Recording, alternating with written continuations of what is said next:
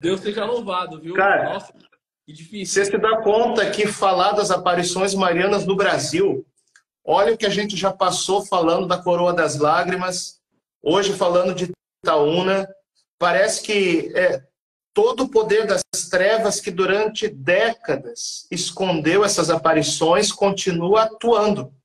É o sentimento que eu tenho, não sei quanto a vocês. Não, não tem outra explicação, porque aqui, primeiramente, né, nós temos as pessoas que estão assistindo, padre, é interessante que saibam, né? Nós aqui dentro da equipe da Editora Imaculada, nós temos funcionários que atuam por trás de tudo isso, que são remunerados, que são pagos todos os meses e trabalham seriamente para avisar o povo, para preparar a arte, e é um trabalho sério para isso. E aí a gente estávamos tentando utilizar o aplicativo do StreamYard. Então o Claudinei foi nos colocar e simplesmente não conseguia subir porque deu um bug. E isso nunca aconteceu. Né? O Fabiano, que está aqui do Educar para o Céu, já fez várias lives comigo no canal, nunca deu errado. O senhor já fez live comigo no canal e também nunca tinha dado errado, certo? E aí nós entramos pela primeira vez no Instagram e começou com toda essa questão do som, não pegando realmente. E claro, padre, nós não somos crianças infantis para ficar colocando a culpa no diabo em tudo. Mas o padre Oller, ele disse que o apostolado, o padre Oller é um grande místico. Ele falou que, sem dúvida, o apostolado que mais causa fúria no inferno é o apostolado em relação à devoção à Nossa Senhora. E o Monsenhor Oller era um místico de sétima morada, elevadíssimo. Ou seja, né, nós acreditamos muito que tem todos esses problemas, mas glória a Deus, vocês estão nos escutando, né, meus irmãos? Graças a Deus. E que missão que a gente tem, Anderson? Tá nessa linha de combate aí, falando de Nossa Senhora. Isso tudo me lembra o tratado sendo escondido por tanto tempo. Então, já que a gente está aqui, vamos colocar as coisas nos holofotes e vamos fazer que as pessoas conheçam essa aparição de Nossa Senhora de Itaúna, que acho que chegou o momento, chegou a hora de Maria. Vamos falar sobre isso hoje. É justamente isso daí mesmo, padre. Eu já até endosso as suas palavras, porque eu ia falar para as pessoas. Eu falei, gente, se vocês estão percebendo que nós estamos com tanta dificuldade assim para falar do conteúdo, esse aviãozinho que está aqui logo abaixo à direita é a possibilidade de compartilhamento. Então, se você clicar nele e ofertar essa live para os 5 primeiros, é uma maneira de você nos ajudar, que está aí do outro lado, a compartilhar este conteúdo. Então, por favor, se una a nós, né? E vamos junto, porque o Padre Francisco é um grande estudioso das aparições de Nossa Senhora, né? Eu conheço o Padre Francisco há bastante tempo, há muitos anos, e muito antes dele até ser seminarista. Eu lembro de uma vez que eu fui num evento com o padre, e lá ele estava com o notebook dele ligado com um site que o Padre Francisco mantinha no ar, com um desejo ardente no coração de propagar as aparições de Nossa Senhora. Ou seja, eu convidei o Padre Francisco porque é um assunto que ele ama, é algo que ele devota a sua vida, tá? Mas antes de nós começarmos a falar propriamente aqui, padre, a razão da nossa live hoje é que todos os meses aqui na nossa editora nós lançamos livros. Então, nós iremos dar um foco especial hoje nesse daqui, que vai falar das aparições da Virgem Maria em Itaúna, tá? Quero dar os créditos aqui e agradecer a senhora Maria Lúcia Mendes, que gastou o tempo da sua vida escrevendo este livro. Padre Francisco Amaral, muito obrigado pelo belíssimo prefácio que o Senhor nos entregou. O Senhor tem o dom realmente da escrita. Eu gostaria de aproveitar a sua oportunidade, enquanto temos o Senhor aqui no nosso meio, meu Deus do céu! Fala-nos, Padre, do seu coração sobre essa bendita aparição aqui de Itaúna, Padre. Anderson, você acredita que eu saí porque deu uma mensagem que o meu celular estava esquentando demais? E aí fechou o Instagram? Agora eu estou com o ventilador aberto, ligado do lado do celular, para não esquentar. Você acredita nisso? Acredito. Valei no São José. Olha, a primeira coisa que a gente quer dizer para vocês é o seguinte: tanto eu como o Anderson, a gente já estuda todo esse assunto das aparições marianas há muito tempo. Eu já estudo há 30 anos esse assunto. Então, nós vemos que hoje, nesse tempo que nós vivemos, de uma hora para outra, parece que todo um conjunto de aparições marianas no Brasil, que durante muitas décadas o demônio escondeu, parece que chegou a hora que Deus está revelando e colocando à vista de todos. E as aparições de Itaúna está dentro desse conjunto de aparições. Muita gente já conhece a aparição de Campinas, da Coroa das Lágrimas. Muita gente já conhece a aparição de Simbres, em Pernambuco. Esse conjunto de aparições que nós estamos falando aqui são aparições que aconteceram no Brasil e que tiveram uma boa acolhida da igreja local. Além de Campinas, de Simbres, de Itaúna, a gente pode citar também a aparição de Congonhal, em Minas Gerais, na década de 80, a aparição de Itaperuna, no Rio de Janeiro, na década de 90. Todas essas tiveram uma acolhida positiva por parte da igreja local. Então a gente quer dizer o seguinte, essas aparições de Itaúna, que agora que começaram a ser divulgadas, já é uma coisa que foi provada no tempo, foram aparições na década de 1950, e que a igreja local de Itaúna, em Minas Gerais, acolheu muito bem. Inclusive, um dos bispos, chamado José Belvino, foi um dos bispos de Itaúna. No ano de 2001, ele autorizou, ele aprovou o culto à imagem sob o título de Nossa Senhora de Itaúna e foi colocado na gruta ali onde teve as aparições. Então, o primeiro dado que nós já temos diante de nós são aparições que a igreja local acolheu muito bem na pessoa do bispo local. E que agora, graças a Deus, com tantas pessoas divulgando, o Miguel, o Educar para o Céu, o Anderson, nós, aqui na nossa página, a gente quer que o Brasil conheça a aparição e a mensagem de Itaúna.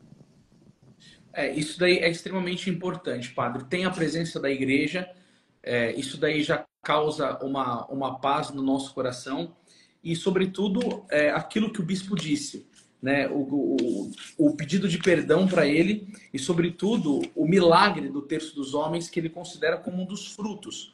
Porque, vendo rezar 2.500 homens, né? Acho que foi o apogeu, o auge, em virtude de fruto dessa aparição, foi onde o bispo falava, isso, para mim, é verdadeiramente um milagre, né? Eu achei muito bonito também essa colocação do bispo, padre. Com certeza. E para a gente entender mais ou menos assim a posição que Itaúna está no contexto das aparições marianas, eu distingo 5 casos de aparições, 5 categorias, melhor dizendo, em que as aparições estudadas podem se encaixar em uma delas. Primeiro é aquela categoria das aparições já reconhecidas por Roma, que não são muitas, são mais ou menos 7 ao longo da história da igreja. Guadalupe, La Salete, Lourdes, Fátima, Akita, Quiberro, são poucas aparições que têm o reconhecimento oficial de Roma. A gente pode colocar, quem sabe, aqui nessa categoria também, aquelas aparições que aconteceram aos santos canonizados, em que automaticamente já tem uma credencial que vem de Roma também, né? Então essas, digamos assim, as que Roma aprovou, são aquelas que perante a igreja têm uma credibilidade maior. Agora, existe um segundo nível, uma segunda categoria, que são aquelas aparições que foram bem acolhidas pela igreja local, que é o caso dessas que eu falei aqui no Brasil, Campinas, Simbres, Congonhal, Itaperuna e Itaúna. É uma segunda categoria. E no mundo existem inúmeras aparições que ainda não têm o reconhecimento de Roma, mas que foram acolhidas pelas igrejas locais. Algumas pessoas ali estão perguntando sobre Garabandal. Pois bem, Garabandal estaria numa terceira categoria, que são aquelas aparições que ainda não têm um reconhecimento oficial, mas que têm autoridades de santos, de teólogos, que credenciam a aparição. É o caso de Garabandal, em que nós temos São Pio de Petreutina, Madre Teresa de Calcutá, São Paulo VI, Roio Marim, né? Padre René Laurentin, o cardeal Ottaviani, todos eles acreditaram e defenderam o Garabandal. Então, essa terceira categoria é aquelas que ainda não têm um reconhecimento oficial, nem de Roma, nem da diocese, mas tem grandes teólogos e santos que defendem. Depois, uma quarta categoria, que são aquelas aparições que estão sendo estudadas pela igreja. O pessoal aí no chat está perguntando de Anguera. Pois bem, Anguera está nessa quarta categoria, está sendo estudada, acompanhada pela diocese. Teve a nota do bispo Dom Zanoni, alguns dias atrás, sobre Anguera. Muitos tomaram aquela nota como uma condenação a Anguera.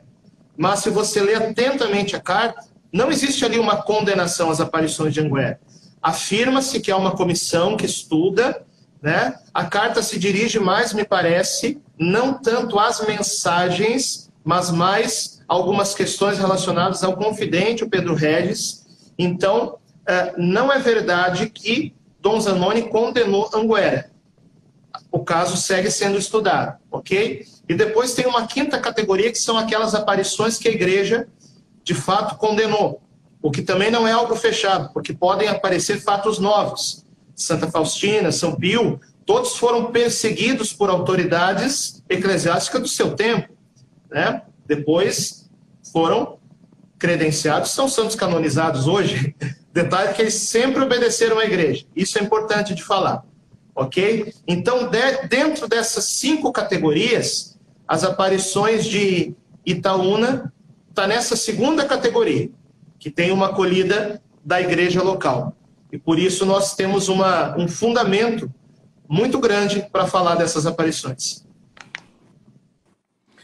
Isso é muito importante, colocar todo esse posicionamento em relação à Santa Igreja. E tem aparições ainda que não foram oficialmente, mas eu acho que uma das coisas que nós mais precisamos olhar é a questão dos frutos, né, padre? Com certeza. Como eu estou usando o meu celular aqui, eu não tenho como ler uma declaração que o bispo de Itaúna escreveu para o prefácio do livro que nós estamos lançando. Mostra o livro para nós aí, Anderson, mais uma vez. E se você tiver acesso ao prefácio do livro, eu queria que fosse lido aquilo que o bispo de Itaúna falou sobre essa aparição. E também tem uma parte do livro em que o bispo, o Dom Belvino, ele reconhece o terço dos homens, centenas de homens que rezam o terço na gruta de Itaúna, como um fruto autêntico dessas aparições. Se você conseguir localizar aí no livro, acho que você poderia ler para nós esses pronunciamentos do bispo. Você consegue?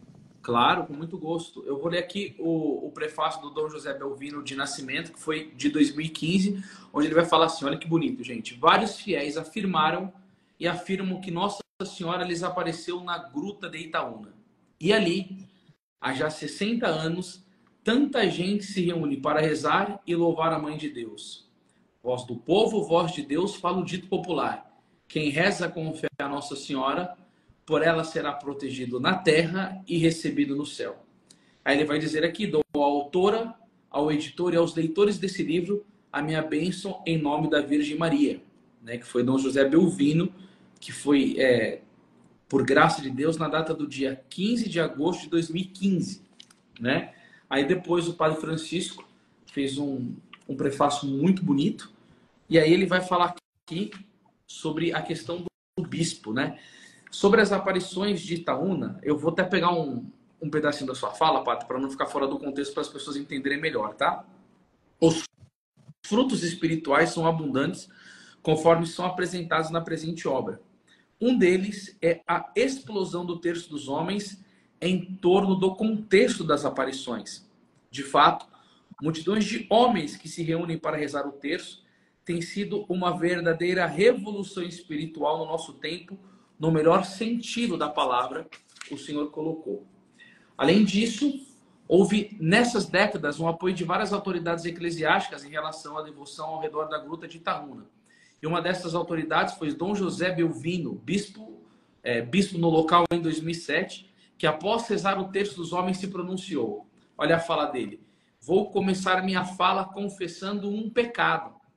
Às vezes eu me perguntava, será que Nossa Senhora apareceu mesmo na gruta de Itaúna? Será que ela faz milagres? Pois bem, aí está a resposta. Isso que aqui está acontecendo. Estes 1000 homens que estão reunidos e rezando o terço toda quarta-feira é um milagre. E ele vai continuar dizendo, feliz as esposas de vocês. Felizes as namoradas de vocês. Felizes as mulheres que se casarem com essas crianças que aqui estão toda quinta-feira rezando o terço. E aí depois o Padre Francisco escreve, né? Dou-me a bênção sacerdotal, meu amigo Anderson Reis, a editora Imaculada, pela iniciativa da republicação deste livro, que certamente ajudará o Brasil a conhecer as aparições da Virgem em Itaúna. Teve uma pessoa aqui que perguntou, né? Do que você está lendo? Que livro que é esse? Nós estamos hoje aqui fazendo a live de lançamento do livro da aparição de Nossa Senhora em Itaúna. E os frutos espirituais, Anderson, é um dos 3 grandes critérios quando a gente estuda uma aparição. O livro do Tanqueray, Manual de Teologia Mística e Ascética, nos dá 3 critérios para a gente analisar as revelações. É o conteúdo, a pessoa e os frutos espirituais. O conteúdo, evidentemente, está de acordo com aquilo que nós cremos, com a nossa fé. Se não contraria a palavra, se não contraria a tradição, se não contraria o magistério. Depois, a pessoa do confidente. A gente vai perceber aqui que o caso de Itaúna é um pouco diferente, porque foram muitas pessoas que viram Nossa Senhora lá. Para quem estuda as aparições marianas, sabe que conforme o lugar que Nossa Senhora aparece, a modalidade das aparições muda também. Então, por exemplo, tem lugares, a grande maioria, que são poucas pessoas que vêm. Elas entram em êxtase e assim por diante. Agora tem lugares que é uma modalidade um pouco diferente, que não há essa questão direta do êxtase e que muitas pessoas enxergam naquele lugar. É o caso, por exemplo, de Betânia, na Venezuela, como que é aquela no Egito, da Torre da Igreja, Zaito, no Egito, que muitas pessoas viram, Knock, na Irlanda, e assim por diante. Então, em Itaúna, teve uma série de pessoas que testemunharam a aparição. Vamos falar sobre isso. Agora, os frutos espirituais é um dos principais critérios e que falam muita coisa. Eu sempre lembro quando o teólogo von Balthasar, ele se refere a Medjugorje, aos frutos espirituais de Medjugorje, porque, para quem não sabe, Medjugorje é onde as pessoas mais se confessam no mundo todo. Medjugorje, a gente pode dizer assim, é o confessionário do mundo. Então, o von Balthasar dizia assim, muita gente está usando, né, Medjugorje de ser obra do demônio. E ele falava, ironicamente, só se o demônio se converteu. Que o demônio não faz as pessoas rezar rosário, fazer jejum, adorar a Eucaristia, confessar e assim por diante. Então, a mesma coisa que von Balthasar, que o padre Gabriele Amorti, dizem de Medjugorje positivamente para enfatizar os frutos, nós podemos falar a respeito de Itaúna. A explosão de homens que rezam terço naquela gruta. É um fruto espiritual? É um deles, mas é um fruto muito marcante. Aliás, o terço dos homens é um movimento espiritual que tem se expandido pelo Brasil. Eu sei que o Anderson já andou pregando por lá, mas em Itaúna, olha, é uma multidão de homens que toda semana se reúnem há muitos anos para rezar o terço na gruta. É um fruto formidável, espiritual de Itaúna. Uma das coisas que eu gostaria até de ressaltar aqui é justamente esta questão, padre, do homem em oração, né? Nós que temos essa experiência de apostolado, eu sou um homem casado, eu tenho 41 anos de idade e há mais de 20 nós estamos fazendo missões. E nós temos uma percepção muito clara de um tipo de reclamação das mulheres, que é a negligência espiritual e o cumprimento do dever dos seus esposos. O São Vicente Ferrer, olha que coisa mais bonita e ao mesmo tempo responsável, né? Que o homem tem que corresponder com muita responsabilidade. O São Vicente Ferrer vai dizer que o homem tem dentro do seu próprio lar o papel de Deus. ele é a figura de Deus dentro de lá. E São Vicente Ferrer é um grande santo dominicano, e ele falou isso com propriedade de espiritual. E nós, olhando para os tempos de hoje, nós verificamos que há uma negligência absurda dos homens no cumprimento dos deveres. E, claro, todo um trabalho de instituições diabólicas para destruir a masculinidade dos homens. Por quê?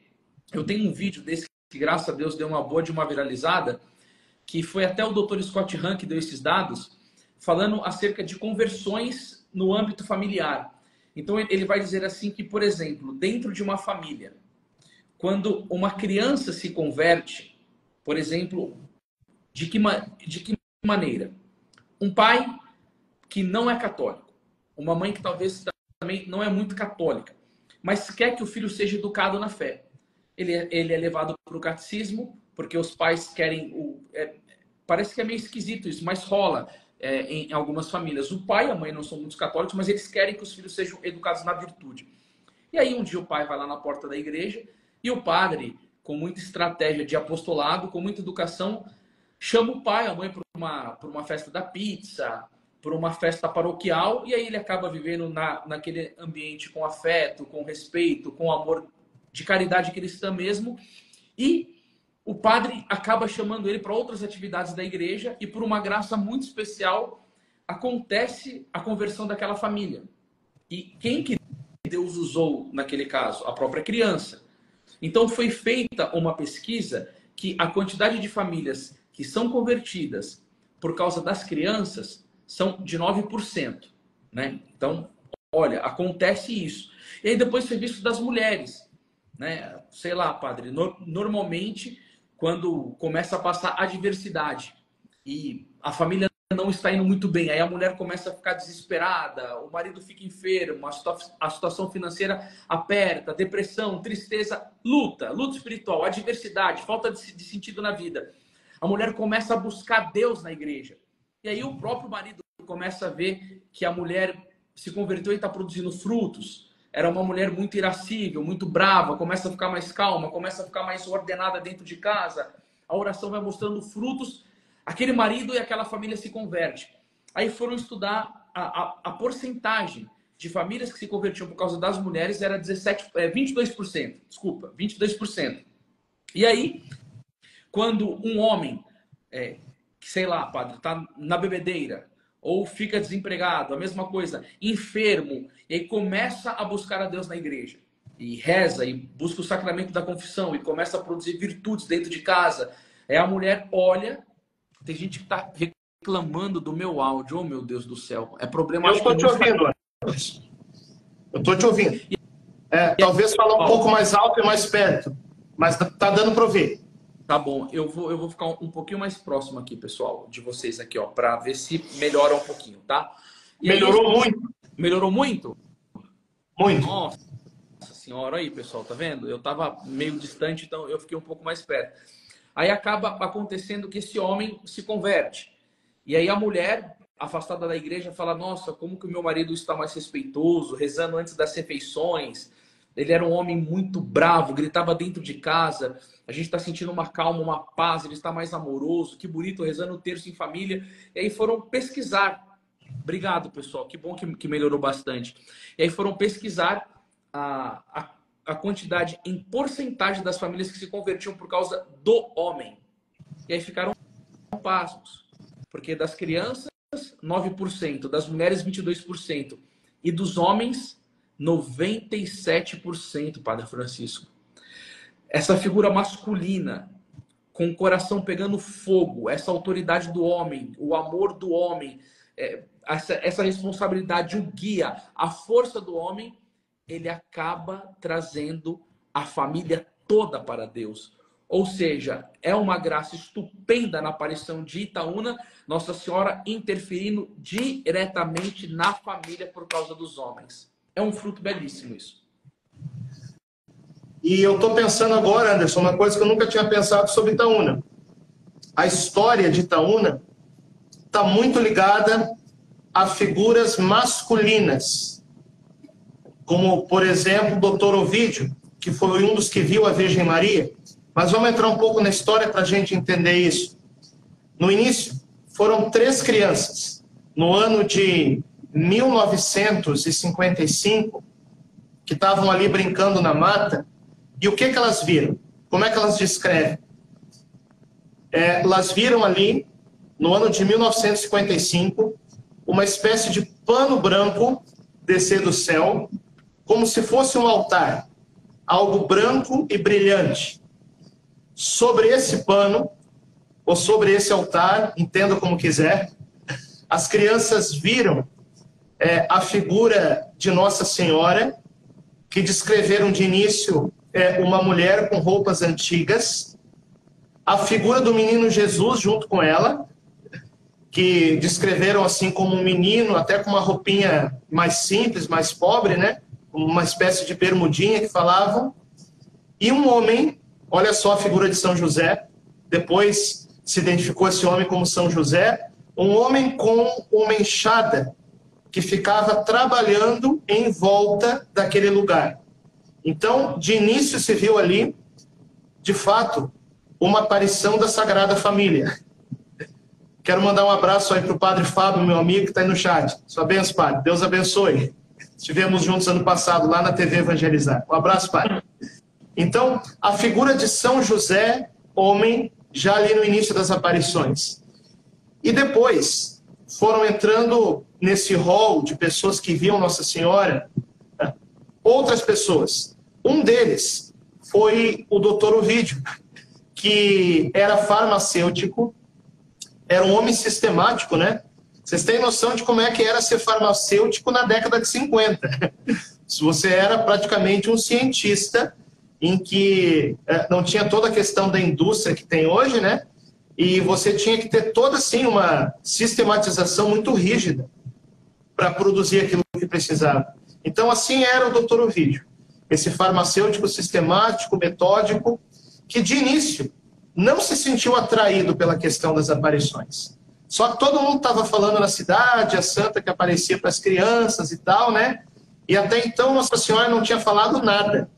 E aí, quando o seu Ovídio, a convite de outra pessoa, foi ao local das aparições, né?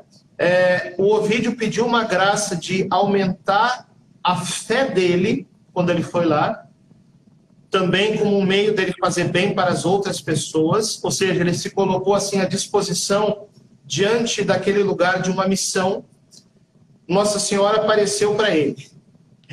E Nossa Senhora apareceu e transmitiu a ele uma mensagem que foi mantida em segredo durante muito tempo.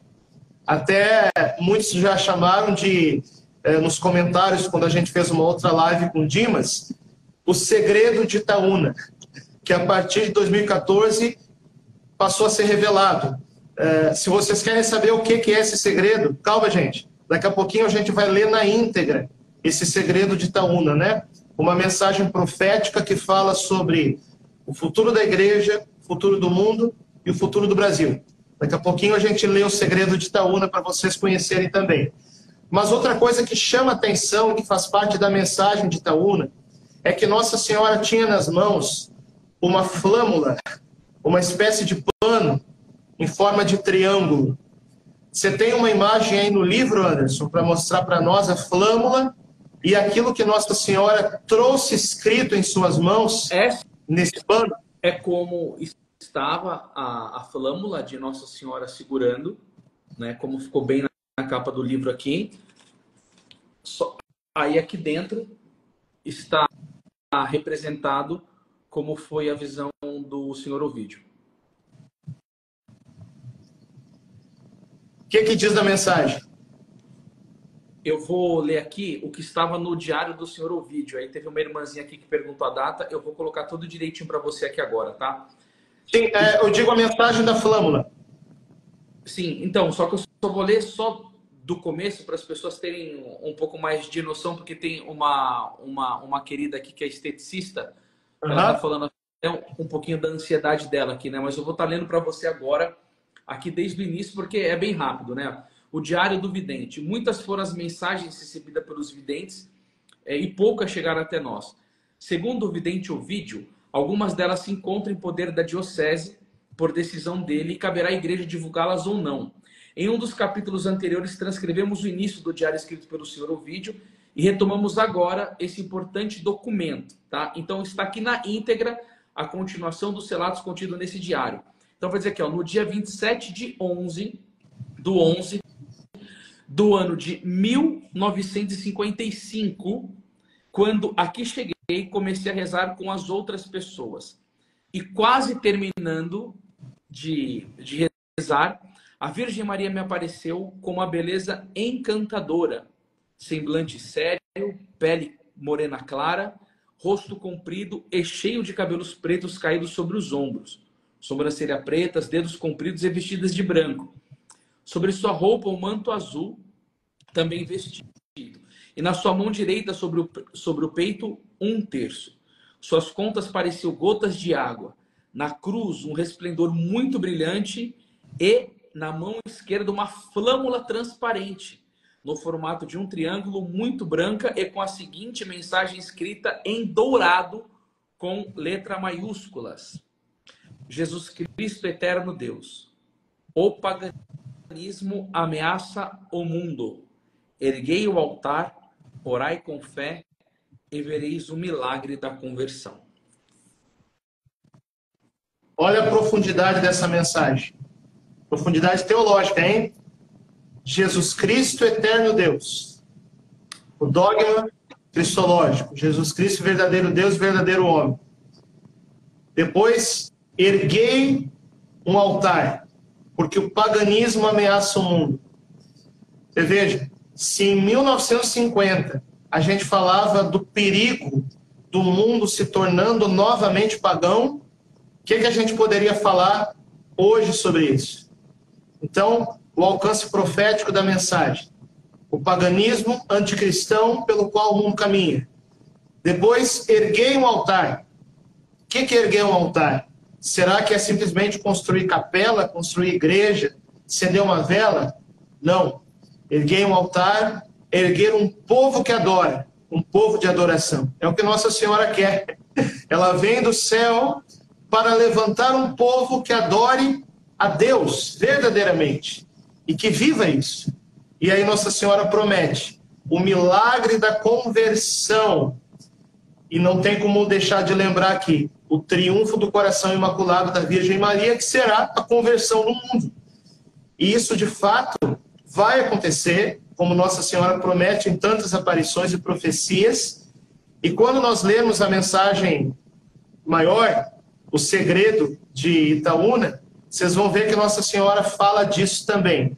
Ou seja, Nossa Senhora vem do céu para nos conduzir ao seu Filho, para nos conduzir à adoração eucarística, para nos conduzir à Santa Missa, para nos levar a missas bem celebradas. Eu não sei quanto de impactos tem para você, mas quando eu subo ao altar para celebrar a Santa Missa, e eu lembro das mensagens de Nossa Senhora, da presença de Nossa Senhora comigo, enquanto sacerdote, como isso me ajuda a celebrar a Santa Missa. Essa é a mensagem. Erguei um altar, que nós sejamos de fato esses adoradores que o Pai procura. E quando isso for acontecendo, o milagre da conversão, é o coração imaculado da Virgem Maria que já vai triunfando. Essa flâmula, eu diria que é o foco central da mensagem de Itaúna. Claro, tem o segredo que a gente vai também ler daqui a pouco, comentar. Olha, eu gostaria de falar com vocês aqui um pouco dessa questão de erguer o altar da adoração, né? A primeira coisa que eu gostaria de ressaltar é uma frase que me comove muito, pessoal. Eu gostaria muito que vocês dessem atenção. Preste atenção nesse conteúdo aqui, por favor. São Pedro, Julião e Marde vai nos ensinar. Escuta, São Pedro, Julião e Marde, meus irmãos, foi o maior apóstolo da Eucaristia, tá bom? Olha o que ele vai dizer. O reino de Satanás se aproxima na medida em que a fé na Eucaristia é diminuída. O reino de Satanás é o reino do pecado, irmãos. É o reino da ofensa a Deus. é o reino do aborto, é o reino da destruição da família. Você quer que eu desenho para vocês aqui, queridos, o que é o reinado de Satanás? Eu vou utilizar aqui as escrituras, e isso que eu vou estar falando aqui para vocês é de uma seriedade absurda. Olha o reino de Satanás aqui, ó.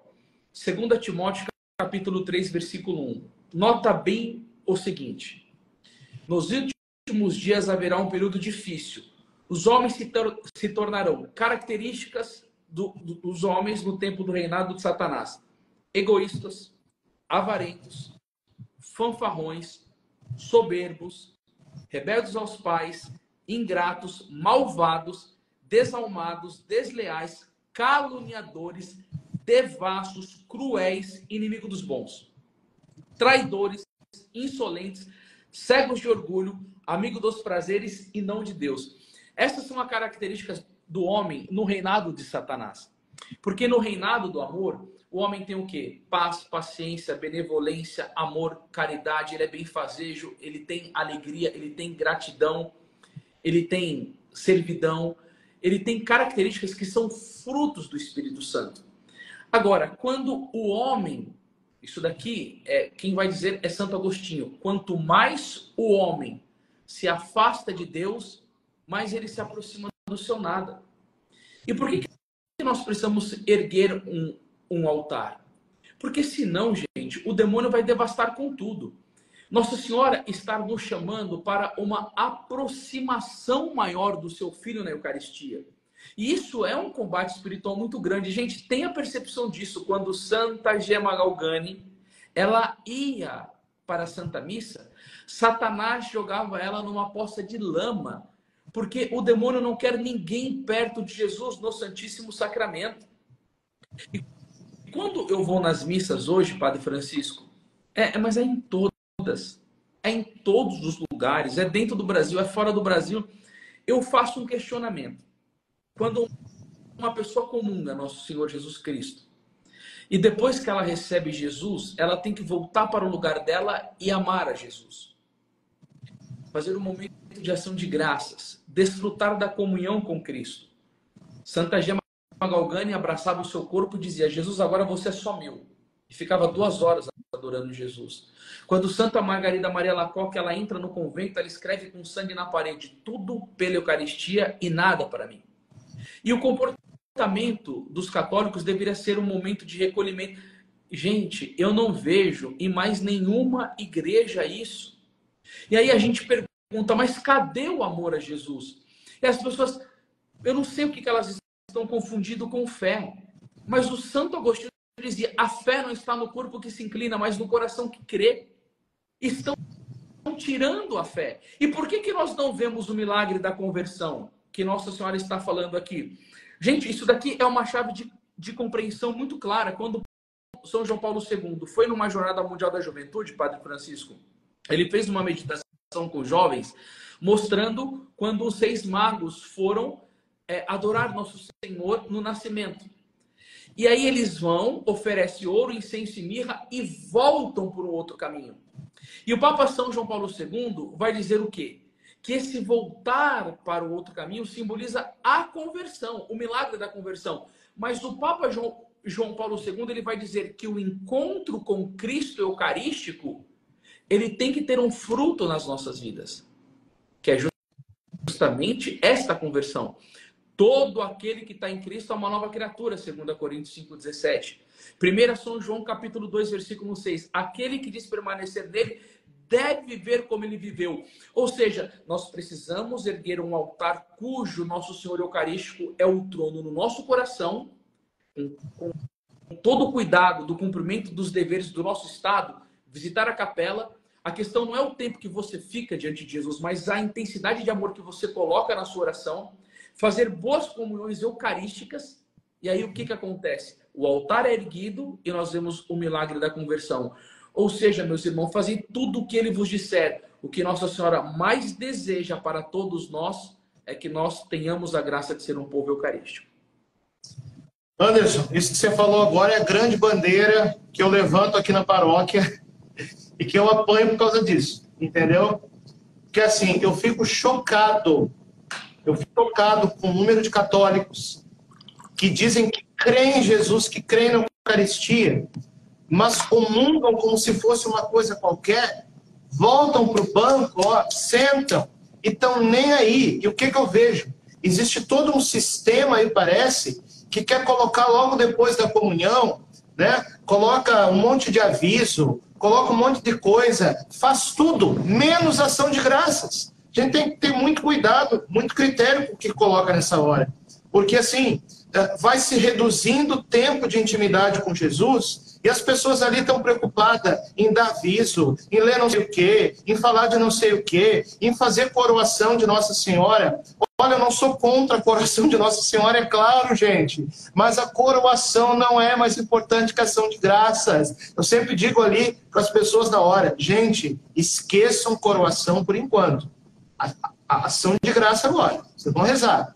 Depois que eu puxar oremos e tal, aí vocês pensem em coroação. Porque senão, gente, a gente coloca tudo dentro da missa. Menos a adoração, entendeu?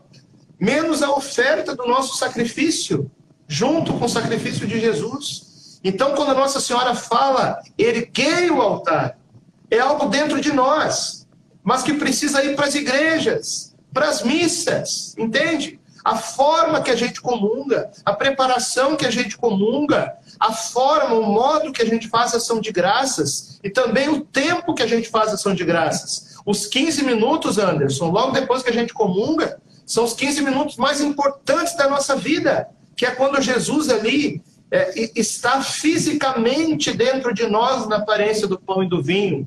Por isso, gente, eu sempre bato nessa tecla aqui na paróquia. Ação de graças, ação de graças, ação de graças. Isso é uma das coisas mais importantes que nós precisamos falar no dia de hoje, e a importância de identificar o seguinte: qual que é a grande ação bíblica do anticristo? Eu vejo que o pessoal está muito preocupado aí, né? Quer descobrir quem é o anticristo, será que é tal pessoa, será que é outra? Né?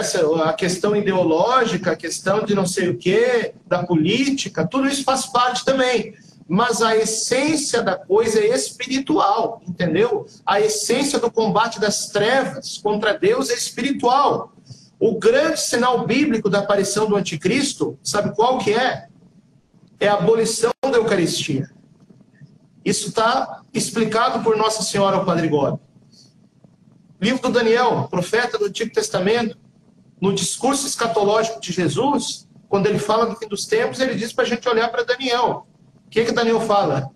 Ele fala da supressão do sacrifício perpétuo como sinal do tempo do anticristo. Qual que é o sacrifício perpétuo para nós católicos? É a Santa Missa. Quando nós vermos as pessoas suprimindo a Santa Missa, esse é o sinal do reino do anticristo. Muita gente pensou, até a gente pensou um pouco, né? Quando veio a crise sanitária, dificuldade de celebrar as missas, se não era ainda. Não era ainda, mas Deus está nos preparando. Então, quando Nossa Senhora fala para erguer um altar, ela está dizendo para nós colocarmos uma barreira à ação do anticristo dentro da igreja. Padre, e é muito interessante porque, por exemplo, em Fátima, antes dela aparecer, vem um anjo.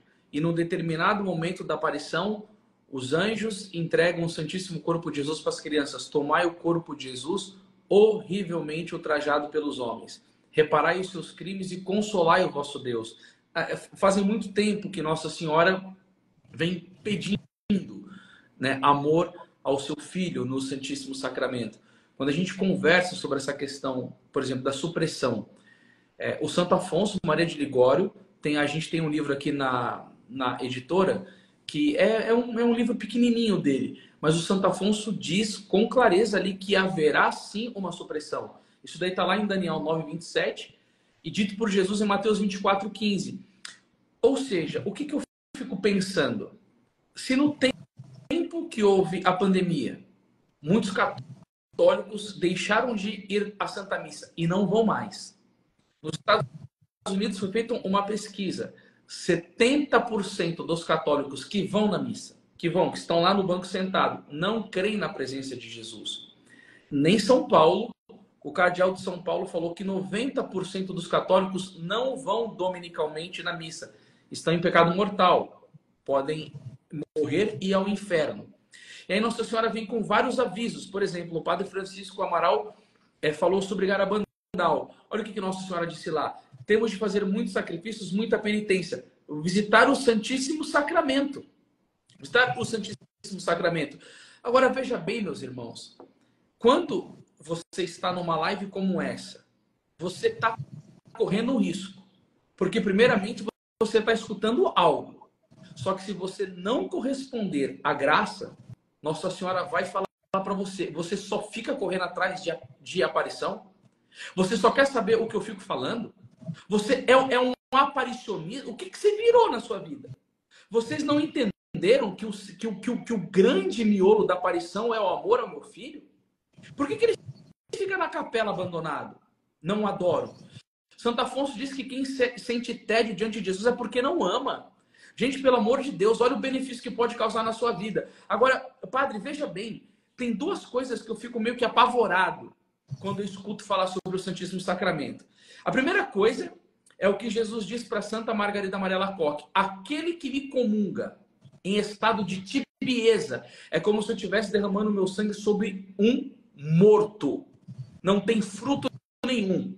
Você sabe aquelas almas apáticas e frias que não tem mais vida de oração? Escuta bem o que eu estou falando para vocês aqui, irmãos. Isso é muito sério. São Pedro Julião Eymard dizia, que é o grande apóstolo da Eucaristia. O que é mais importante? A oração ou a Eucaristia? Isso daí está na coleção dele, Divina Eucaristia. Ele falava a oração. Porque nós não vamos compreender a Eucaristia se não tivermos vida de oração. Queridos, não se esqueçam que Provérbios 28:5 está escrito lá. Os homens maus não compreendem o que é justo. Os que buscam o Senhor tudo entendem. A vida de oração te concede a graça de ter a luz divina na sua inteligência e você ter um olhar espiritual segundo Deus para as coisas. Por isso que São Boaventura dizia, Padre Francisco, que uma velhinha de 80 anos pode amar muito mais a Deus do que um grande teólogo. Porque o grande teólogo, ele pode ter letra, mas ele é um orgulhoso soberbo e ele pode não receber comunicações espirituais. E uma velhinha que não sabe nada, se ela reza, o Senhor inflama o coração dela de amor por nosso Senhor Jesus Cristo. E é isso que precisa, meus irmãos. Toda pessoa que tem devoção a Nossa Senhora, que busca a aparição de Nossa Senhora, tem que estar encaixadinho, guardadinho no coração dela. O centro das aparições marianas, da vida mariana, é Jesus no Santíssimo Sacramento. Ergue o altar. E aí o que vai acontecer? Vai ver o milagre da conversão. É isso que nós queremos. É isso que nós queremos. Essa live é para você ser mais eucarístico. Por isso, entra lá no site da Editora Imaculada Abençoado e leve esse livro para você meditar o que Nossa Senhora está te pedindo. Anderson, eu tenho a impressão que muita gente não consegue ver o foco daquilo que Nossa Senhora quer nos levar. Eu vou dar um exemplo aqui. Sabe por quê? Porque eu tenho uma questão aqui com o povo que nos acompanha, eu tenho uma questão aqui, inclusive, com o povo que nos segue, tanto aqui no Instagram, mas principalmente no YouTube. Eu tenho a impressão que falta o entendimento daquilo que Nossa Senhora quer, e não estou falando aqui o povo de fora, não, estou falando aqui o povo que nos segue, né? Eu não sei se você tem essa questão no seu canal também, mas se eu coloco um vídeo assim, ó, as auroras boreais, como eu coloquei esses dias, discutindo, é o sinal de Nossa Senhora de Fátima, falando diretamente de profecia, de fim dos tempos, está lá. Um dia, 50 mil visualizações. E agora, se eu botar um vídeo aí sobre como fazer bem uma ação de graças, visualização, Anderson, lá embaixo. Você está entendendo o problema? Então, quando é profecia, quando é fim dos tempos, quando é alguma coisa que o povo quer levar para o lado do sensacionalismo, todo mundo vai ver. Quando é uma coisa para falar de adoração, de vida espiritual, de disciplina na oração, o que é que acontece? Visualização lá embaixo, entendeu? Então parece que as pessoas estão correndo atrás das aparições marianas para satisfazer curiosidade, sensacionalismo, né, para descobrir coisa sobre o futuro, mas não é esse o objetivo das coisas. Nossa Senhora quer nos levar a uma vida espiritual profunda com Jesus. Por isso que ela aparece. Você tem esse problema também no canal, Anderson? Ou é só o povo que me segue que é assim? Ô padre, isso daí já foi tema de muita crise na minha vida e de até direção espiritual. Porque aqui entra num outro ponto da minha vida. E aqui eu vou abrir o meu coração, eu vou escancarar o meu coração.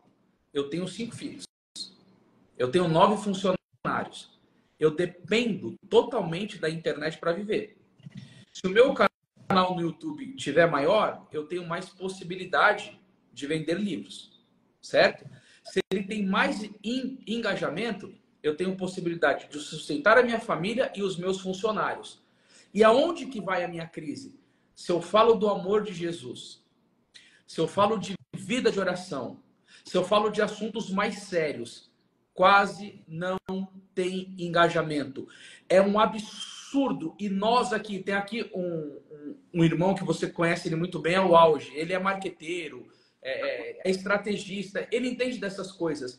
O que move a internet é a curiosidade, cara. A galera é assim, é tarado por essas coisas. Curiosidade, briga, treta. Aí você vê que tem outros caras, olha o que ele disse. A pessoa ela entra para ver o que ele disse. Mas Jesus no Santíssimo Sacramento continua abandonado. A Sagrada Escritura não é meditada. O catecismo fica abandonado. É uma vida de oração podre, é um casamento desleixado, é uma vida imoral, são confissões mal feitas e tem muita pessoa que fica estudando a aparição que vai morar no quinto dos infernos. É uma vida sem disciplina, sem amor, é uma pessoa que é curiosa, parece que o diabo fica aqui ó, no ouvido dela, curiosa, aí manda lá no WhatsApp, você viu isso? Você viu isso? Você viu isso? Amor de Deus, nada. Vigília no Santíssimo Sacramento, nada. Rosário, nada. Amor do coração, perdão, nada. É um orgulhoso que nem um demônio. É uma pessoa que está muitas vezes apostatada, está com uma vida podre, mas só quer curiosidade, só quer treta, só quer treta. E aí, padre, acontece no meu canal também. Só que eu decidi que eu não vou mais jogar isso daí. Eu não vou mais ficar jogando esse jogo. Cara, quiser ver o meu canal, vê. Não quiser, não tem problema. Nossa Senhora há de providenciar na minha vida. Mas às vezes eu fico olhando e falo, por quê? Ó, eu vou falar uma coisa pro senhor. Um teste que eu fiz. Um teste. Dia do Milagre do Sol. Eu falei, cara, eu preciso falar alguma coisa sobre isso. E aí eu fui lá, tava procurando uma mensagem e tal. Aí olhei lá no livro do Padre Gobi alguma coisa do fogo do céu vai cair. Padre Francisco, muitas vezes quando a gente quer fazer uma live, que esse negócio de internet, você tem que pagar tráfego pago, você cria grupo de WhatsApp, entra aqui para você receber notificação, você gasta dinheiro. A gente compra audiência para poder falar com vocês. É uma estrutura do caramba com dinheiro para poder chegar em vocês. Por quê? Porque é muita gente falando. A gente está disputando a sua atenção. A gente está lutando para você nos escutar. Aí sabe o que acontece, pessoal? A gente fica lá, tem a equipe de marketing, faz isso, estratégia, tal. Aí eu coloquei lá, Padre Francisco, fogo do céu vai cair. Sem pagar um centavo, sem estratégia. À tarde, do nada, 600 pessoas na live. Do nada, então... Eu falei assim, vocês são um bando de curioso, cara. O fogo do céu... Aí vocês querem saber pra quê? Do que adianta? Se o fogo do céu for cair, você não virou santo. Do que adianta se o fogo do céu for cair e você não obedeceu a palavra de Deus? Do que adianta o fogo do céu vai cair e você não colocou em prática o que Nossa Senhora pede? Aí você vai lá, padre, e fala assim, quem conhece Nossa Senhora de Fátima? Levanta a mão, todo mundo. O que Nossa Senhora pediu? Você está falando o que ela pediu? Você fez a comunhão reparadora dos primeiros sábados? Você fez separação eucarística? Você está fazendo oração, penitência pelas almas que estão indo no inferno? Nem sabe o que Nossa Senhora de Fátima diz. Mas vai perguntar sobre a conspiração da irmã Lúcia, a verdadeira e a falsa. Vai ver se todo mundo não fica lá. Ai, você viu a irmã Lúcia? Que ela tem o dente meio assim. Vai, talabachura e canta labaçaia. Padre, eu fico louco com isso. Vai perguntar sobre vela. Vai perguntar sobre óleo, né? Não tenho nada contra os sacramentais, mas você pode botar um monte de óleo na tua casa, um monte de vela benta, se você não se converter e não se salvar, vai adiantar o quê, gente? Entendeu? O nosso foco está errado. O foco desse movimento aparicionista brasileiro está errado. E eu e o Anderson aqui, a gente é um dos caras que mais fala de aparição nessa internet. O foco do movimento aparicionista do Brasil está errado. Porque, padre, é justamente o que o bispo comentou. São os frutos. Mateus capítulo 7, versículo 20. Pelos seus frutos os conhecereis. Mateus capítulo 3, versículo 10. O machado já está posto à raiz da árvore. Toda árvore que não produzir fruto vai ser cortada e lançada ao fogo. Padre, essa questão da curiosidade, cara. Um dia tinha um monge que estava rezando. E os demônios do inferno queriam arrebentar com a vida daquele monge, mas nenhum demônio conseguia, porque ele era um homem íntegro, íntegro, íntegro. Aí um demônio do inferno chegou lá e falou assim: eu sei como eu vou pegar ele. E aí veio pela curiosidade. Aí o diabo chegou perto do monge, ele todo recolhido no amor a Deus, rezando. E aí quando ele chegou perto dele, ele foi materializado como Jesus. Olha o nível da tentação que esse monge teve contra Satanás. Aí quando chega perto dele, ele fala assim: abre os olhos para adorar o teu Senhor. E o monge estava bem recolhido e falou assim: eu não pretendo conhecer o meu Senhor em vida. Continuou quietinho e rezando. O demônio da curiosidade foi pesado nele, mas em nenhum momento ele caiu. Por quê? Porque ele tinha convicção daquilo que ele tinha para a vida espiritual dele. A mesma coisa como São Luís, rei da França, quando teve o milagre, que o pessoal chegou para ele lá: do Santo Rui Luís, você precisa ir lá ver o milagre. Ele falou: não preciso, eu creio na Eucaristia sem ver. Entendeu? Agora, as pessoas só ficam nisso. Gente, Nossa Senhora tem muito mais. E o interessante, padre, é que Nossa Senhora, ela quer usar a nossa vida para a salvação de outras pessoas. Porque uma pessoa convertida, ela é benefício para a salvação de almas. Por isso que o São João da Cruz dizia que o demônio tem medo da alma unida a Deus como do próprio Deus. Mas o que está acontecendo nesses movimentos aparicionistas? Curiosidade, o castigo, quando que vai acontecer, quando que é a hora, tal. Não. A preocupação não é quando é a hora. A preocupação é fazer um exame de consciência. A tua hora de santidade já passou faz tempo. E aí, quando que vai mudar de vida? A preocupação é como que eu vou estar, como que você vai estar quando chegar a hora, né? Isso! É isso! E olha, gente, aqui a gente entende que a centralidade... Por que o demônio não queria que essa live fosse feita? A gente não combinou nada. Tudo isso daqui que está sendo falado não tem script nenhum. É só... A gente nem ia falar disso. A gente está abrindo o coração aqui com vocês, gente. Porque a gente passa por esse drama. Porque a gente fala muito disso, entendeu? E parece que a gente só é interpretado por essa ótica do sensacionalismo. Mas, gente, não é isso que nós estamos pregando. Nós estamos pregando aqui o evangelho. É salvação, é conversão. É isso. É salvação, é conversão. Porque quando, por exemplo, a gente vê Nossa Senhora, Eclesiástico 24, 24, eu sou a mãe do puro amor.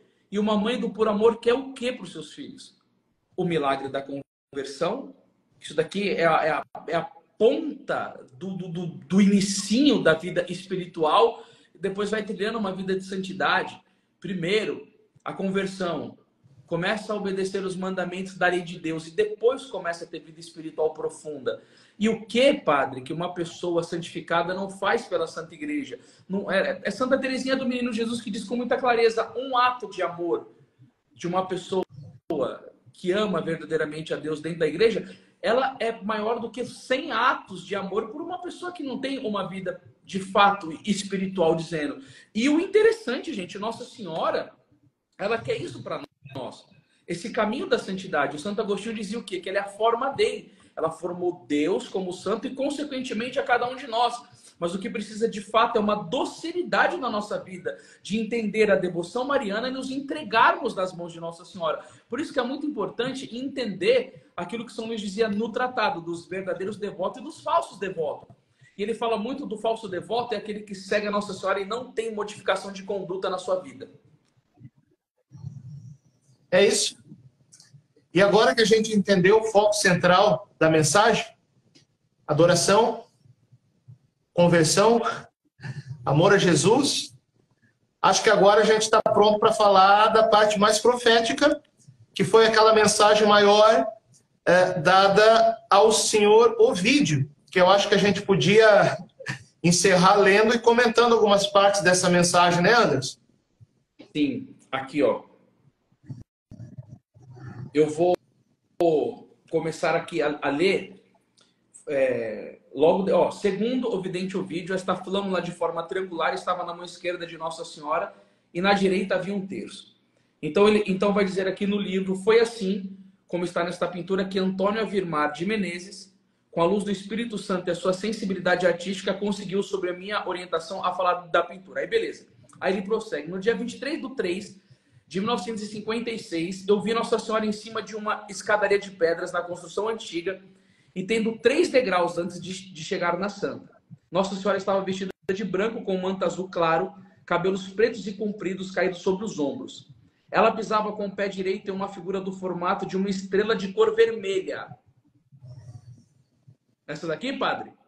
Essa daqui? Essa mensagem? Aqui, ó. Ela pisava com o pé direito em uma figura do formato de uma estrela de cor vermelha.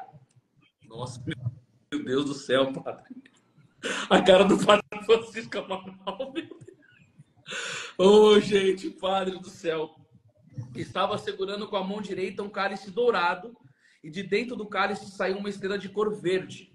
Do lado esquerdo de Nossa Senhora estava uma criança de aspecto faminto, maltrapilha, descalça, vestida com calça escura e camisa branca. Esta criança apresentava ter 7 anos. Nossa Senhora estava com a mão esquerda sobre a cabeça da criança. Aproximei-me da santa e perguntei, quem sois vós, né? Eles chamavam assim de santa. Ela olhou para cima, demorou alguns segundos, abaixou os olhos. Eu perguntei, que vós desejais? Ela pôs a criança na sua frente, cobriu-a com o manto, colocou o cálice na frente da criança e subiu. E nesse momento a escada desapareceu. Continua lendo ou o senhor já quer fazer o comentário? Eu queria que a gente lesse aquela mensagem depois que você terminasse aí, sobre aquela mensagem mais longa, que a gente chama de Segredo de Itaúna. Você sabe qual que eu estou falando? Qual que é, padre, essa do Segredo de Itaúna? Se o Miguel tiver aí, ele vai ajudar a indicar a página, eu acho. Porque o que acontece? Eu tenho ela no meu celular, só que eu estou usando o celular para fazer a live. Aquela mensagem que fala a respeito da crise dos sacerdotes, dos mártires no Brasil, que poderá haver, da justiça divina, dos raios, está lembrado? Rapidinho aqui, peraí. Meu Deus do céu, padre. Primeiramente, vamos falar um pouco dessa da estrela aí, padre? Que é o comunismo, hein? O que eu queria comentar dessa parte do cálice é que me lembra muito Garabandal. Tem um trecho, que eu não sei se é esse mesmo que você leu, que Nossa Senhora olhando com tristeza para uma taça, para um cálice. Isso me lembra em cheio Garabandal. Quando Nossa Senhora fala que o cálice da justiça divina está prestes a transbordar. A gente lembra também daquilo que Jesus falou para Santa Faustina, né? Que a gente vive o tempo da misericórdia, mas todo tempo tem um começo, tem um fim. Vai chegar o tempo da justiça, em que haverá o julgamento das nações. E falar de justiça não é ruim, não. A justiça é também o tempo de recompensar aqueles que são de Deus. Então, Nossa Senhora olhando para o cálice prestes a transbordar. Eu entendo que é o grande significado dessa da taça, que remete diretamente a Garabandal. O pessoal ali nos comentários, Anderson, está falando a data da mensagem que eu me referi. Qual que é a data aí, pessoal? 31 de março de 57. O Segredo de Itaúna. Se alguém souber também o número da página. Espera aí, pessoal. Espera aí. Vamos lá. Se eu sair... Possível, BZ23, nesse momento ela me respondeu, procurar o sacerdote de Deus, tudo de sagrado que ele fizer. Essa daqui não?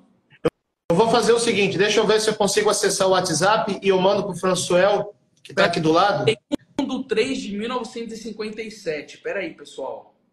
31. Eu vou mandar aqui. Vou acessar o WhatsApp e mandar para o Françoel, que está aqui do meu lado, para a gente ler o Segredo Profético de Itaúna.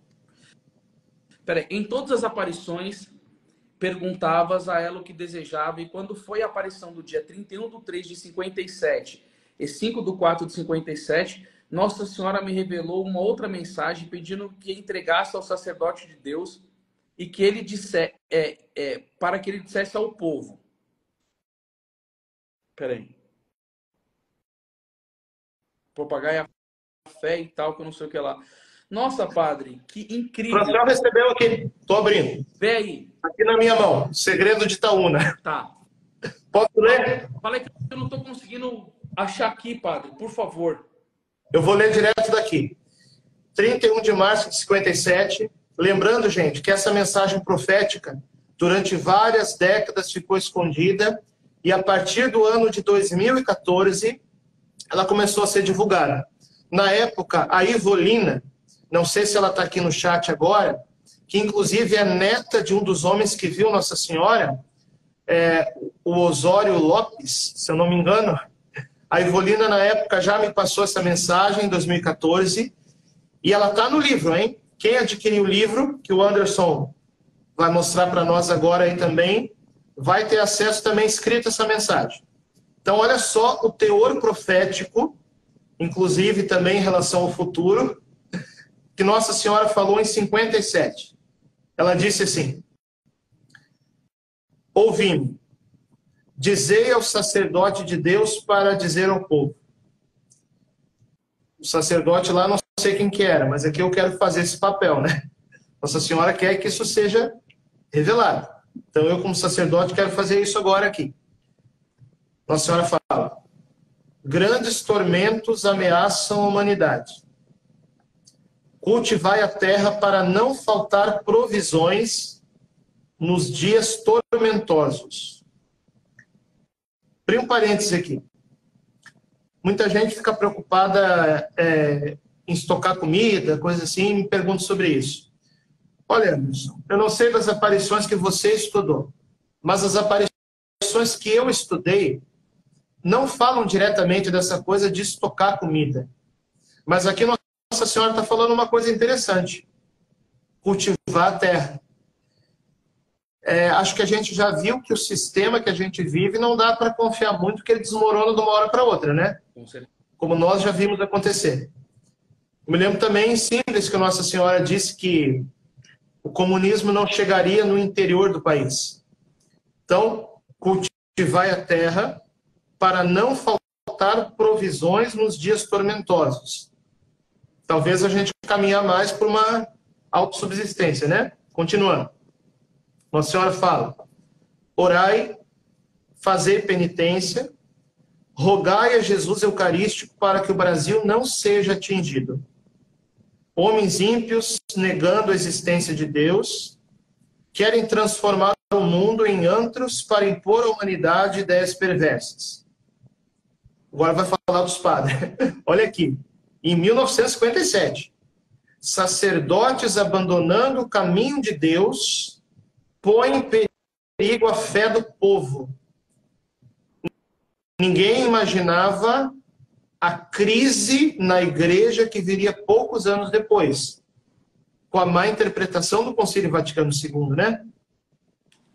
Onde muitos sacerdotes religiosos debandaram da vida consagrada, e muitos que ficaram com vida dupla, os escândalos e tudo mais. A senhora fala: sacerdotes abandonando o caminho de Deus põem em perigo a fé do povo. Agora, olha só, mais profético ainda, essa frase. Mães que, perdendo o amor maternal, provocam horríveis crimes. Eu não vou falar aqui uma palavra para não derrubar a live, Anderson. E para não bloquear o nosso Instagram. Mas vocês estão entendendo o que a gente está falando aqui, né? Muito. Na década de 50, gente. Me inscrevam aqui, pessoal, porque senão o alcance vai... Na década de 50, em que não se falava essas coisas como se fala hoje. Mães que, perdendo o amor maternal, provocam crimes horríveis. Crianças vivendo no abandono são escandalizadas pelos ímpios. E Deus, vendo todas essas iniquidades, lançará sobre grande castigo. agora vai descrever o que é esse castigo. Mas só um parênteses teológico, gente. Deus castiga ou Deus não castiga? Depende do que vocês entendem por castigo. Se a gente pensa que castigo é um pai irado que quer maltratar, bom, isso Deus não faz. Agora, eu sei que a maioria de vocês aí é pai e mãe, né? Não teve vezes que precisou corrigir, né? Dar um castigo para corrigir o filho, a filha. Por quê? Porque você é ruim? Não, porque você ama seu filho. E quem ama, corrige. E nesse sentido, Deus castiga. Isso é bíblico. Está na carta aos Hebreus. Deus castiga aquele que ama, no sentido do castigo corretor. Deus quer nos corrigir. Deus quer nos levar para o céu. E nesse sentido, sim, Deus castiga. E durante tempos de tribulação, o que acontece? Muitos se tornam piores, mas muitos se tornam melhores. A gente está vendo o que está acontecendo lá no Rio Grande do Sul.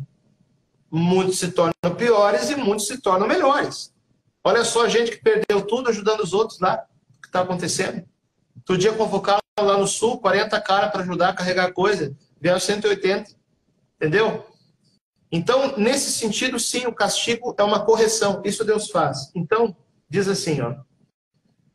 Deus lançará sobre a humanidade um grande castigo. Quando chegar a hora, terríveis raios de luz cairão sobre grande parte da humanidade. E 1/3 dela perecerá. O que não é nenhum dado novo. Na sexta trombeta do Apocalipse, diz a Bíblia, 1/3 da humanidade perece. E aí diz assim, 61 sacerdotes de Deus serão mártires. Não sei como é que você interpreta isso, Anderson. 61 padres que serão mártires. Se a gente pensar assim, a nível de mundo, não é muita coisa. Não é... Pouco tempo no Oriente Médio, muito mais que 61 são mártires. Então eu fico pensando, será que Nossa Senhora aqui não está falando em termos de Brasil?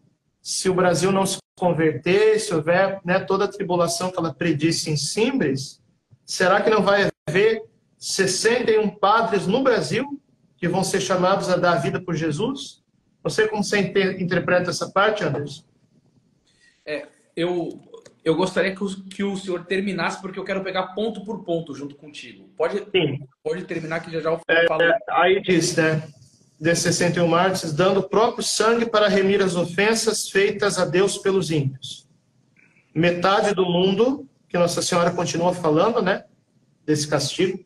Metade do mundo cobrirá de luto por 3 dias. E quando passarem os tormentos, agora vem o triunfo. Olha só. Depois da purificação, o triunfo do coração imaculado de Maria.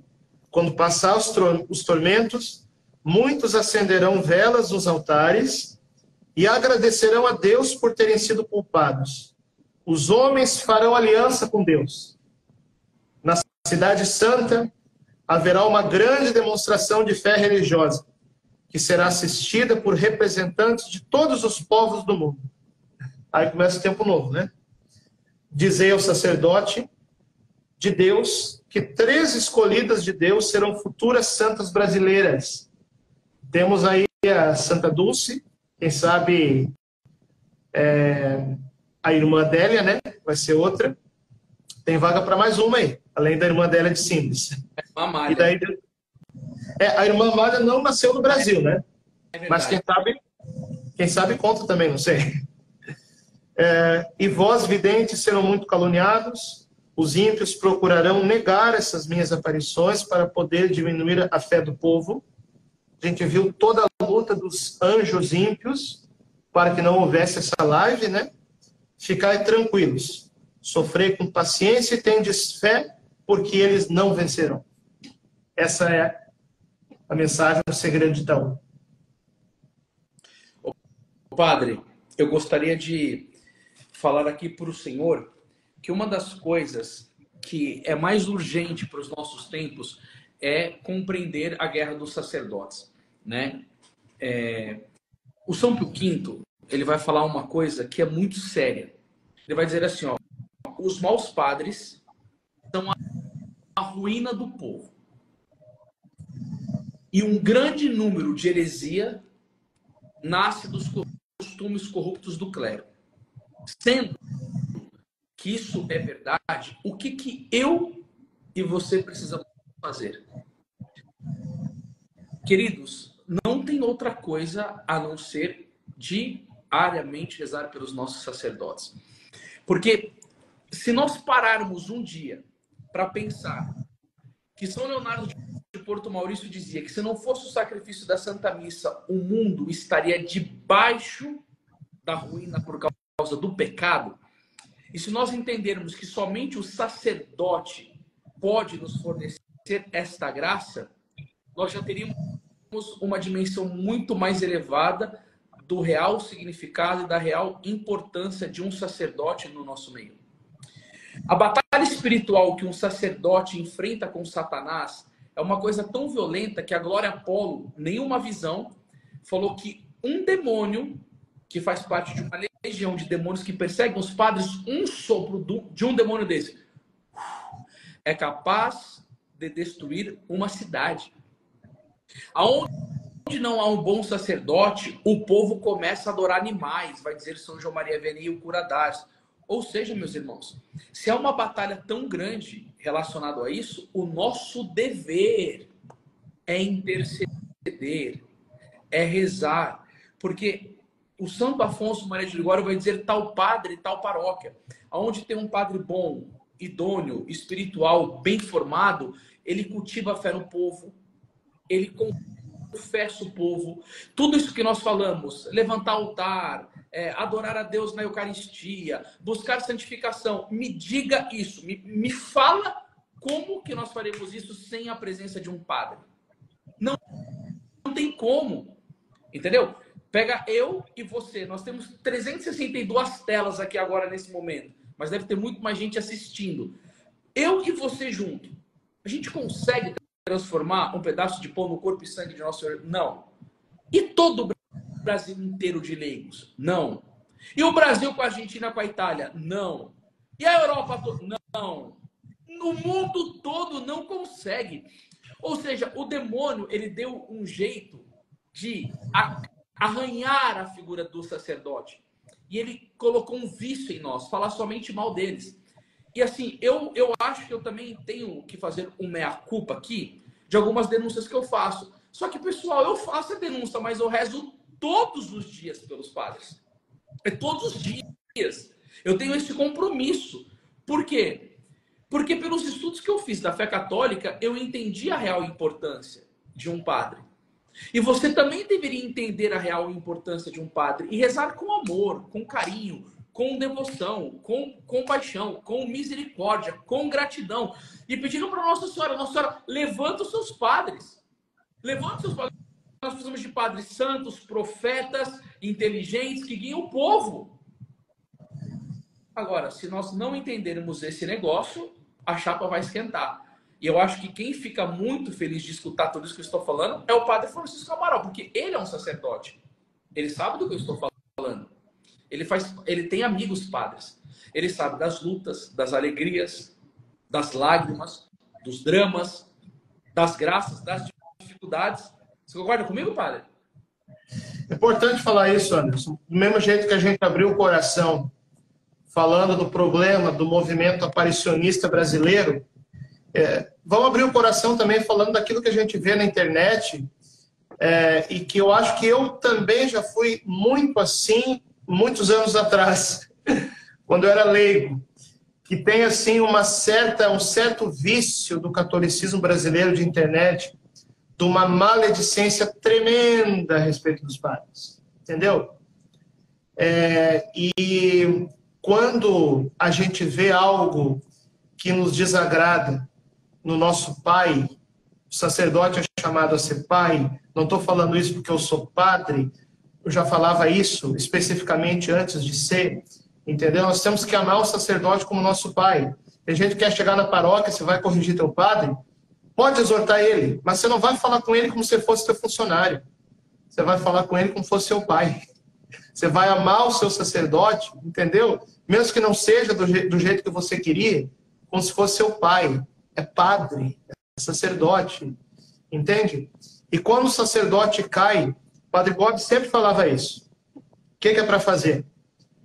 É para julgar o sacerdote? É para... né? Não, é para rezar por ele, pela conversão dele.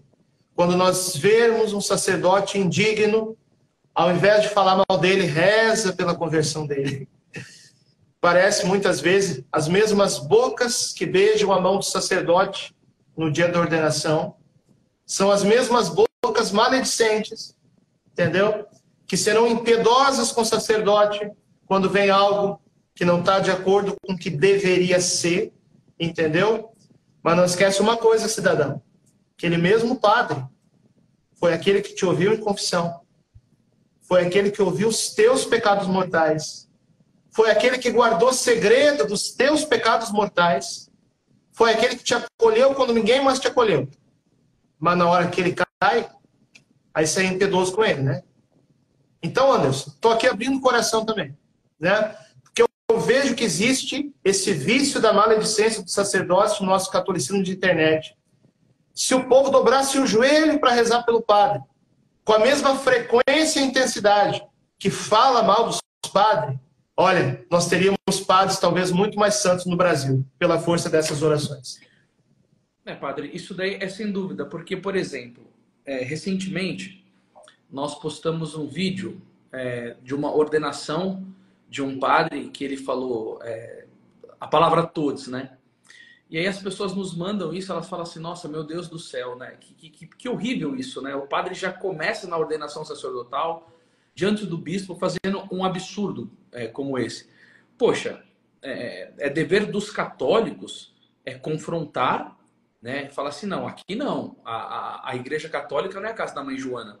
Mas tem um problema por trás de tudo isso daí, padre. E qual que é o problema? Eu tenho certeza, padre, que a maioria das pessoas que ficam por trás ou do celular ou de uma câmera, eu duvido, padre, que essa pessoa que gasta a mesma energia para denunciar, gasta os joelhos no chão na frente do sacrário. E aí, uma reflexão que nós poderíamos fazer. Eu estou com Nossa Senhora sentada comigo conversando.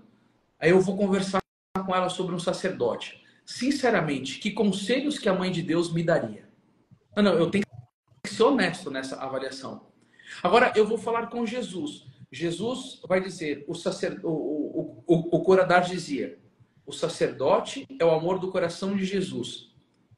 Tudo bem, Jesus vai falar, dói o meu coração. Dói o meu coração. São os meus ministros. Dói o meu coração ver a perda de um Judas, dói o meu coração. Agora, ele vai olhar e vai falar, e tu, o que fazes? Jesus chegou para Pedro e disse o quê? Satanás pediu-me para te joelhar, mas eu roguei por ti. O que Jesus disse para ele? Eu roguei por ti. Satanás pediu para joelhar.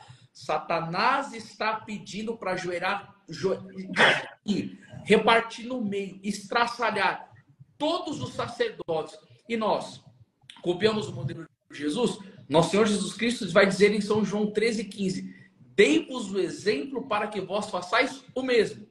O exemplo de Jesus foi rezar para proteger São Pedro contra Satanás. E eu? E você? Está rezando? Então, é nisso que nós devemos também chamar a responsabilidade para nós.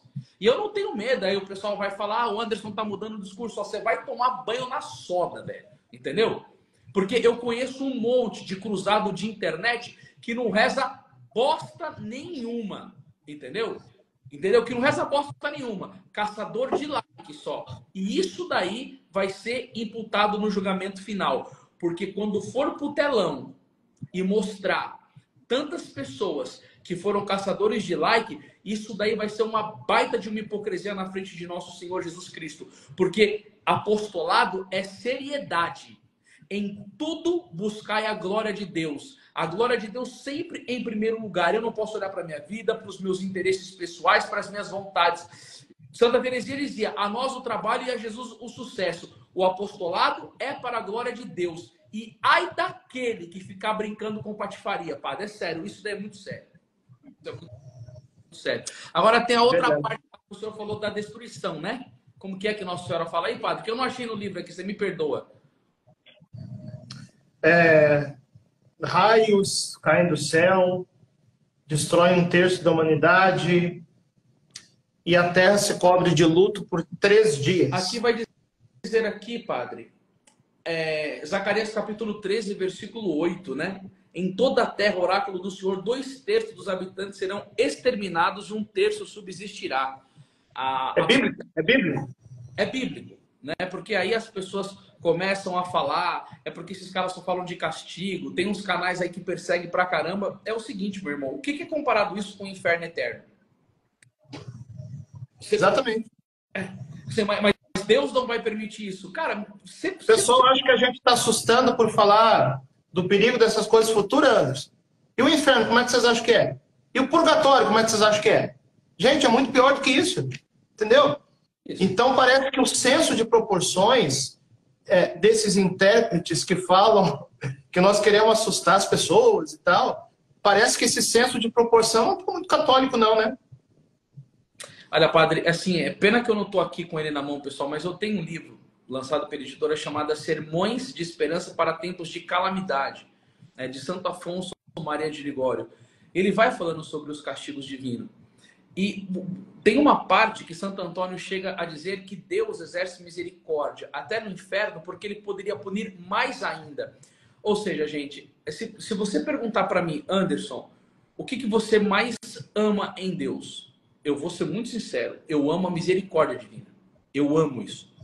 Entendeu? Eu tenho uma grande devoção à misericórdia divina, a Santa Teresinha do Menino Jesus, que me faz olhar melhor para o amor misericordioso de Jesus, mas a justiça divina é séria também, gente. Sabe, ó, até uma pessoa falando... Só complementando, Anderson, qualquer correção que Deus envie a um ser humano na Terra, ela é desproporcionalmente menor do que o grau de sofrimento do inferno e do purgatório. Então, quem fica pegado e desce apavorando com esse tipo de profecia não tem senso de proporção das coisas, entendeu? E o drama que é o se colocar diante da eternidade, diante do juízo de Deus, que quer nos salvar, entendeu? Por isso que ele corrige. Por exemplo, esse é o amor de Deus. Apocalipse capítulo 3, versículo 19. Eu repreendo e castigo aqueles que amo. Entendeu? Eu repreendo e castigo aquele que amo. E aí o que ele vai falar? Reanima, pois, o teu zelo e arrepende-te. Qual que é a intenção de Deus? O arrependimento. Porque ele vai dizer lá no profeta Ezequiel, eu não quero a morte do pecador, mas que ele se converta e mude. Agora, quando você pega São Cláudio Colombier, dizendo sobre a tribulação que Deus manda nas nossas vidas, ele vai falar que a tribulação que Deus manda nas nossas vidas, em 5 anos de direção espiritual, um diretor espiritual não consegue produzir o que um sofrimento bem provado produz. E esses tipos de coisa é um ato de amor de Deus, a fim de que nós nos arrependamos nessa vida para não nos perdermos na próxima. Porque assim, quando São Pedro fala para Jesus não ir para a cruz, e que Jesus fala assim para ele, Mateus 16, 23, afasta de mim, Satanás, porque o seu pensamento não é como de Deus, mas como dos homens. Gente, às vezes a gente não tem a mente divina em nós. Por isso que eu até peço para vocês, meus irmãos, se vocês puderem depois pegar a Sagrada Escritura, olha que coisa linda aqui, ó. São Paulo vai dizer em 2 Coríntios 10, 4, né? Não são carnais as armas com que lutamos, são poderosos em Deus, capazes de arrasar fortificações. Nós aniquilamos todo raciocínio e todo orgulho que se levanta contra o conhecimento de Deus. E cativamos todo o pensamento e o reduzimos à obediência a Cristo. O nosso pensamento tem que ser como o pensamento de Deus, para entender essas verdades que nós estamos pregando aqui, porque senão a mente não entende nada se ela não estiver cativa com Cristo. Gente, Deus castiga por amor, entendeu? Agora, nesse período que está acontecendo no Sul, está acontecendo aquele negócio lá, tem homem abusando sexualmente de mulheres, tem homem que está roubando. O castigo pode emendar pessoas que tiram fruto da correção, ou se a pessoa for muito perversa, fica pior. Porque, padre, eu quero contar uma história aqui. Estava andando na rua um santo estava andando na rua e Jesus chegou para ele e falou assim, ó, entra dentro dessa casa, escuta isso daqui, abençoado que está do outro lado.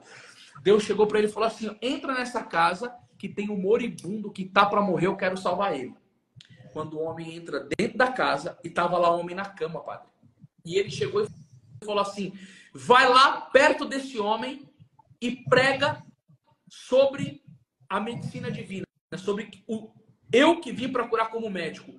E o santo vai, começa a pregar do lado do moribundo, e sabe, padre? E vê Jesus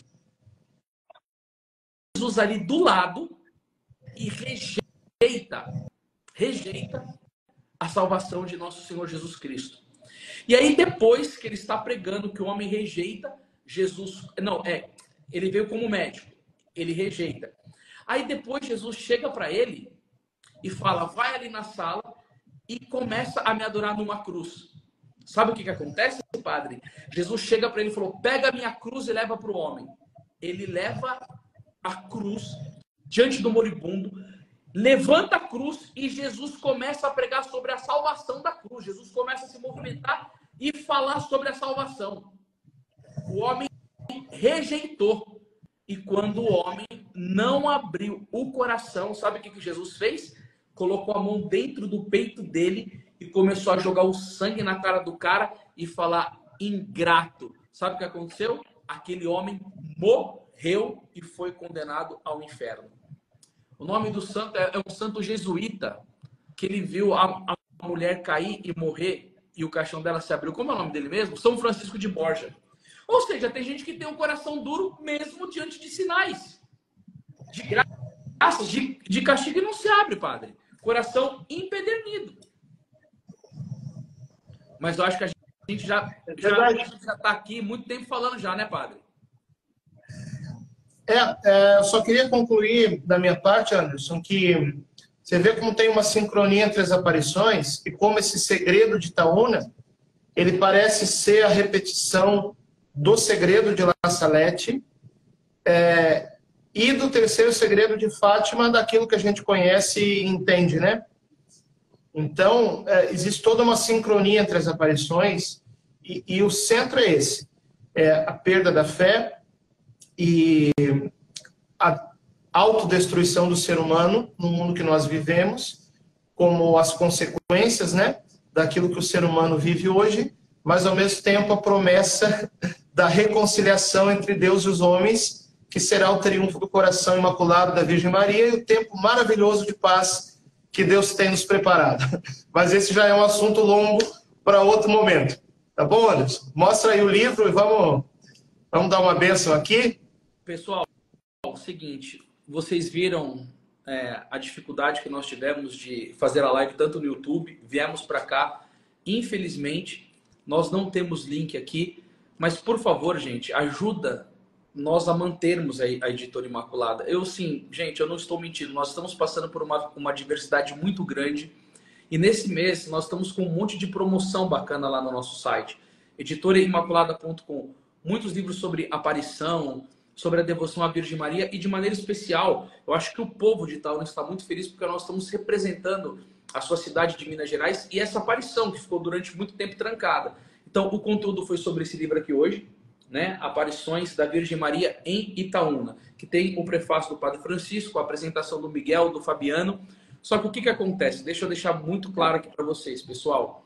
Nós estamos fazendo uma pré-venda, porque nós não estamos com caixa para mandar os livros na gráfica agora. Então, as pessoas pagam, a gente tem esse caixa e depois manda produzir na gráfica porque estamos zerados aqui. Tá bem difícil mesmo. Só que nós damos descontos para vocês. Nós estamos dando 35% de desconto se vocês levarem o kit. Que o kit, ele tem esse outro livro que a semana que vem eu vou fazer a live sobre o grito de alarme, que é uma defesa de Nossa Senhora ante o insulto infernal, e um sobre o Espírito Santo da Beata Helena Guerra, tá?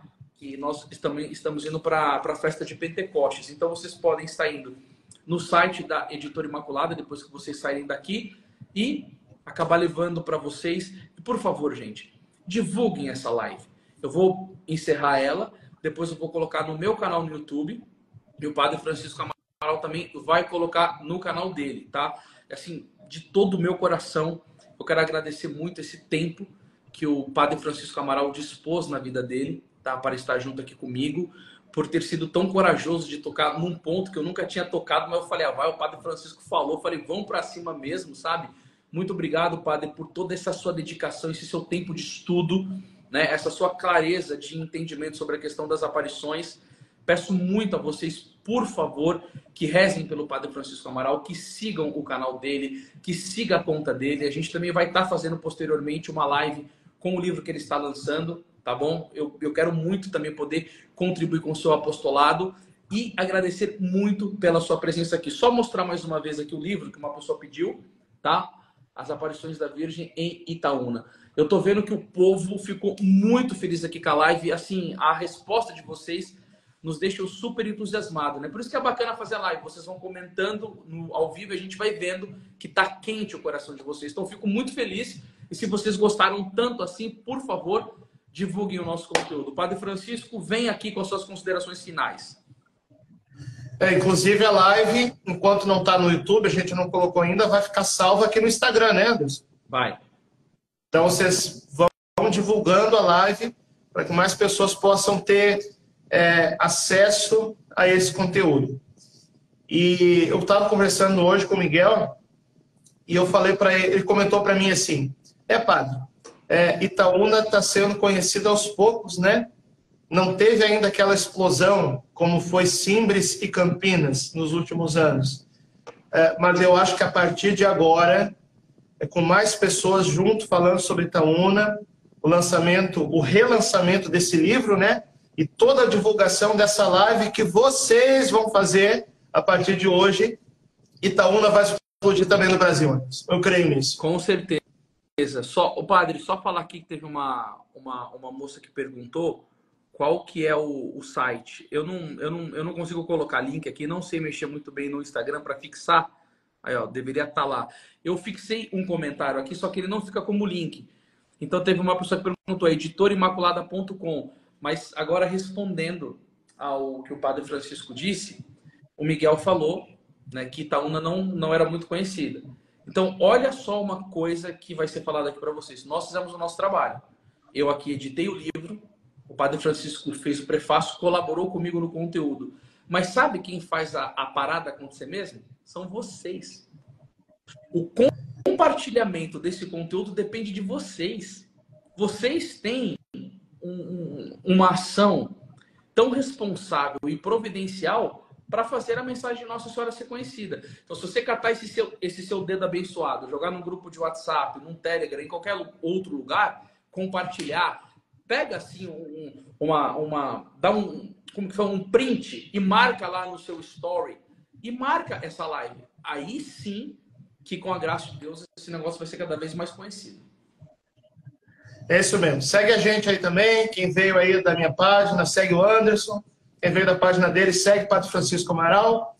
Tem página aqui no Instagram, tem canal no YouTube também, tá bom? Toda semana tem conteúdo lá sobre aparições marianas, fim dos tempos, consagração e muitos assuntos. Segue a gente.